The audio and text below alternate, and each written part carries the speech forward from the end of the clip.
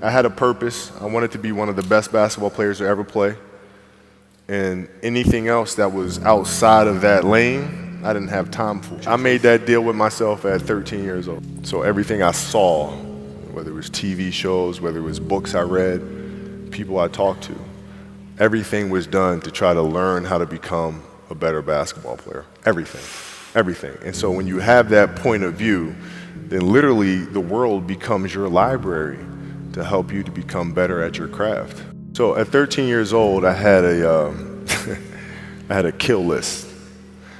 And so, you know, they used to do these rankings. It was Street and Smith basketball rankings. And I was nowhere to be found because I was like 6'4", scrawny, like 160 pounds soaking wet. So I was like 57 on the list. And so I will look at 56, 55, all the way up to number 1, who these players are, what club teams they played for. So when we go on an AAU travel circuit, I got to hunt them down, right? And so that became my mission in high school, is to check off every other person, all those 56 other names, hunt them down and knock them down. You know, you got to look at the reality of the situation. You know, like for me, it's not, you know, you kind of got to get over yourself.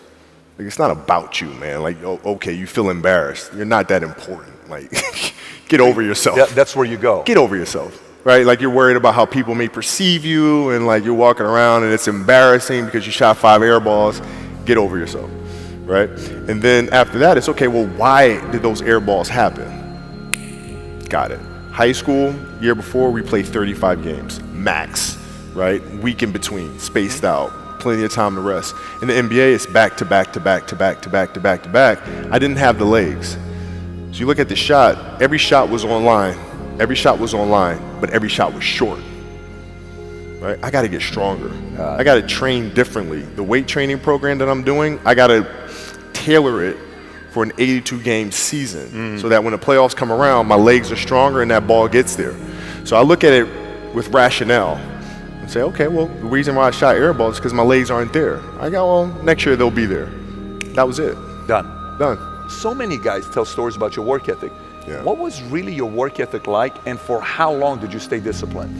Well, I mean, every day. I mean, since 20 years. It was an everyday process and trying to figure out strengths and weaknesses. For example, jumping ability. Now, my vertical was a 40, it wasn't a 46 or a 45.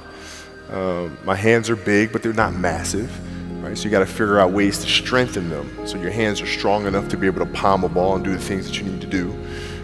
Quickness, I was quick, but not insanely quick.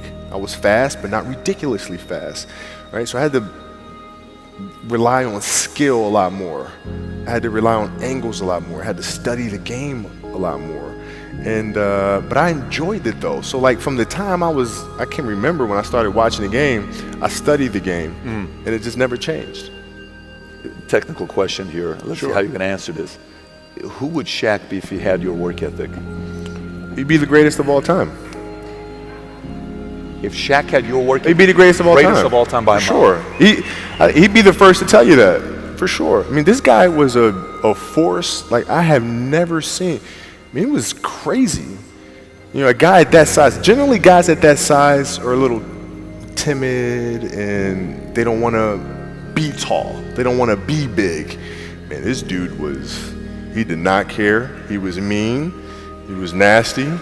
He was competitive. He was vindictive. I mean, I wish he was in the gym. I would have had fucking 12 rings.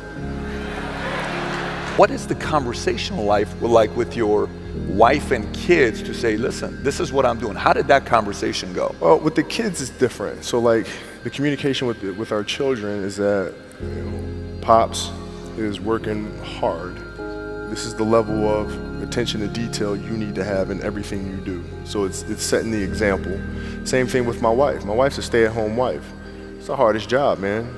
Right? So she works really hard at that. I mean, it's, and so her attention to detail with that as well are examples for our children.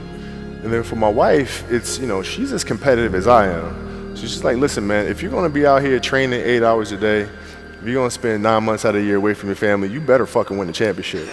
But it's a balancing act. And that's the thing that's important, is understanding that we have to have so much energy. Because for like Natalia and Gianna when they were babies, especially Natalia because they're doing prime years, and I go to practice and I'd train and I'd play the game and I'd come home and I'd be sore and I'd be tired. And she wants to go swimming, she wants me to take her to the park, she wants to just jump on my back or whatever the case may be. You can't say, I'm too tired, I'm going to lay down. That's not fair. She don't know what the hell's going on, right? And if this was a game, you'd suck it up and play. I played games with the flu. I played games with 102-degree fever, man. Powerful. You can't do that. That is so powerful. Right? Man. You got to be on, man. No sleep. Is there a story where it's like, no one knows about, where you went and played a game and it was so insane for whatever reasons? No sleep. You played a game with zero sleep. Zero sleep. Zero sleep. It's like, kids, Natalia had a certain, health situation or what have you, and you're staying up all night, and then you got to go out and perform because fans don't know, teammates don't know, nor do they care, nor should they, that you've been up all night. You got to perform, right? And so you just got to go to work, man. You got a lot of people paying their hard-earned money to come watch you perform. Perform. It's your job to be in shape. It's your job to be strong enough to perform at that level every single night. And as a competitor, I'm not ducking shit. Like, it's not, oh my God, my back hurts, I'm sore, we gotta play Vince Carter and Toronto Raptors tonight. We actually had this happen. We had a game against Toronto in 2000, and Vince was tearing the league up. My back was jacked.